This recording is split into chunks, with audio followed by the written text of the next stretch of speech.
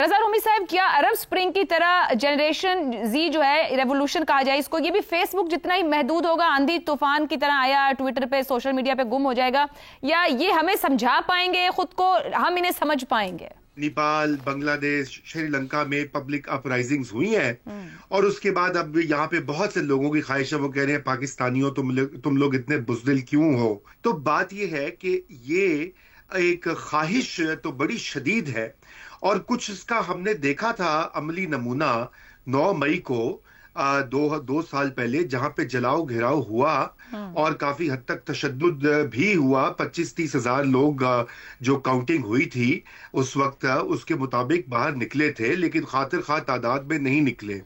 تو کیا پاکستان میں بالکل وہی محرکات ہیں؟ لوگ ناخوش ہیں، ینگ لوگ غصے میں ہیں، اور روزگار کا تو ہم پہلے ذکر کر چکے ہیں، بہت high level of in employment ہے اور اپنا مستقبل لوگوں کو دکھائی نہیں دیتا۔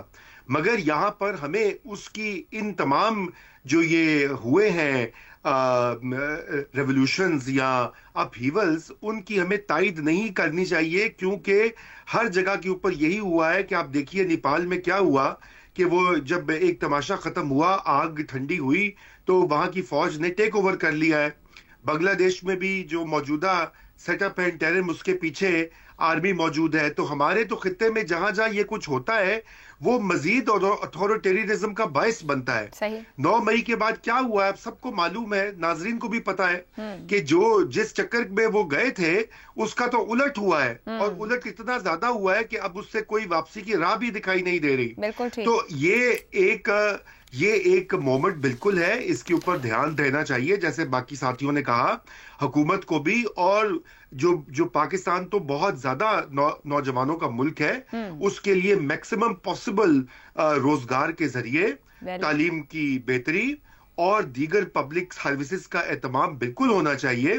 لیکن ہمیں قطعاً اس انارکی کو، توڑ پھوڑ کو، وائلنس کو گلوریفائی نہیں کرنا چاہیے، رومانٹیسائز نہیں کرنا چاہیے، کیونکہ اس سے کچھ حاصل نہیں ہوتا۔ 2014 کا تو آپ کو یاد ہے نا، یہی پلان تھا پارلیمنٹ کو اور پی ایم ہاؤس کو، تو کیا نکلا اس سے؟ 11 سال پہلے کی بات تھی وہ۔ دیکھیے آج ہم کہاں کھڑے ہیں اور اس وقت کہاں کھڑے تھے۔ اسی کے ساتھ میں اپنی بات کو ختم کرتا ہوں۔ ٹھیک ہو گیا، اور بالکل اس سے سیکھ بھی ہوگی یقینی طور پر۔